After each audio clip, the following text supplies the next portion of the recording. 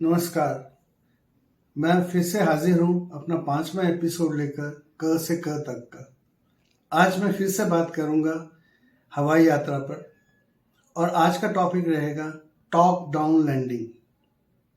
ज़रा सोचिए कि आप हवाई जहाज में सफ़र कर रहे हैं, आराम से आप बैठे हैं इत्मीनान से और आपको पता लगता है कि आपके पायलट की तबीयत खराब हो गई।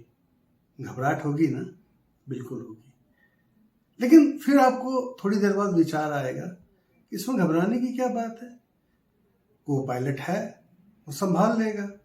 बात सही है आपकी, को पायलट संभाल लेगा। लेकिन इमेजिन करिए कि आपकी कमर्शियल फ्लाइट नहीं है, आप किसी छोटे प्लेन में हैं, 2 सीटर या 4 सीटर, उसमें एक ही पायलट है और उसकी तबीयत खराब हो जाती है। आप सोच रहे होंगे क्या ऐसा होता है, क्या कभी हुआ है? जी हाँ, बिल्कुल हुआ है और बहुत बार हुआ है। बहुत सारी दुर्घटनाएं भी हुई हैं।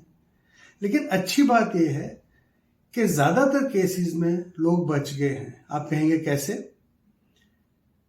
तो ऐसा हुआ है कि अगर पायलट की तबीयत खराब हो गई है तो किसी दूसरे ने, चाहे वो पायलट नहीं था, चाहे उसको फ्लाइंग नहीं आती थी, चाहे वो पैसेंजर था, उसने कंट्रोल अपने हाथ में ले लिए और रेडियो के थ्रू एयर ट्रैफिक कंट्रोलर या किसी आसपास दूसरे एयर स्पेस में हवाई जहाज के साथ कांटेक्ट किया, उसके पायलट के साथ रेडियो के थ्रू, और इंस्ट्रक्शंस लेके लैंड किया।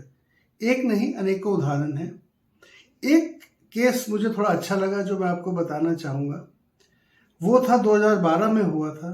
सेस्ना नाम का एक सेस्ना 414 एक एरोप्लेन, 2 सीटर डबल इंजन, उसको एक वृद्ध व्यक्ति उड़ा रहा था जिसकी उम्र 80 साल से ज़्यादा थी। उसकी अचानक तबीयत खराब हो गई।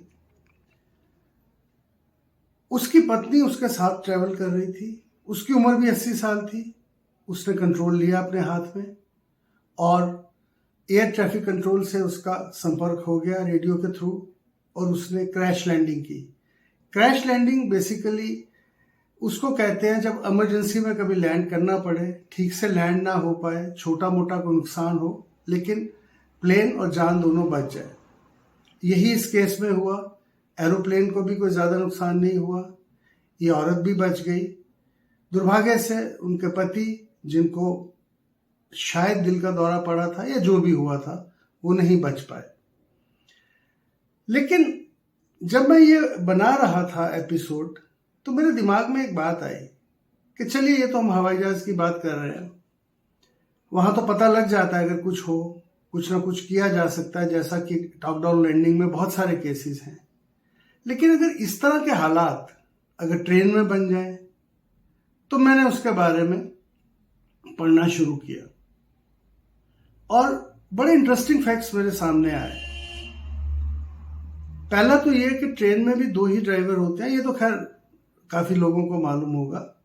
लेकिन एक बड़ी नई चीज पता लगी कि ट्रेन के अंदर अक्सर ऐसा होता है, और अक्सर मतलब बहुत बार होता है और हुआ है। दोनों ड्राइवर्स को तो कुछ एक साथ नहीं होता, इसकी संभावना तो बहुत कम है, लेकिन दोनों ड्राइवर सो जाते हैं। लंबा सफर होता है, रात भर का सफर होता है, ज्यादा कई बार कई घंटों तक कुछ करना नहीं होता है। क्यों? क्योंकि कोई स्टीयरिंग तो आपको घुमाना नहीं है। कई बार ऐसा होता है कि आपने ऑटो मोड पे डाल दिया और वो चल रही है ट्रेन। तो अक्सर ऐसा होता है कि दोनों ड्राइवर सो जाते हैं, जो कि बड़ी खतरनाक स्थिति हो सकती है और किसी को नहीं पता है कि इंजन में क्या हो रहा है। लेकिन घबराइए नहीं, इसका इंतजाम इंजीनियर्स ने पहले ही कर लिया। एक नॉब होती है हर इंजन में जिसको कहते हैं डेथ मेन्स स्विच। उसका रोल ये होता है, उसके साथ कुछ सेंसर लगे होते हैं। ड्राइवर को थोड़ी थोड़ी देर में एक पीरियड सेट किया जाता है, उस पीरियड के दौरान उसको टच करना जरूरी है। अगर उसको टच नहीं करते हैं तो सिग्नल जाता है कि there is something wrong, engine अपने आप स्लो डाउन कर जाता है और उसके थोड़े देर और तक अगर उसको टच नहीं किया जाता है तो सिग्नल जाता है और सेंसर सिग्नल भेजते हैं और उससे इंजन कट ऑफ हो जाता है और ब्रेक्स लग जाती हैं और ट्रेन रुक जाती है। ये मेरे लिए भी नई जानकारी थी। टॉप डाउन लैंडिंग के बारे में मैं जानता था, मैंने बहुत टाइम पहले पढ़ा था, इसीलिए मैंने ये एपिसोड बनाया। लेकिन ये जहां तक ट्रेन का सवाल है, डेथ मैन्स नॉब, ये मेरे लिए नई चीज थी। मैं उम्मीद करता हूं आप लोगों के लिए भी एक नई चीज होगी, एक नई जानकारी होगी।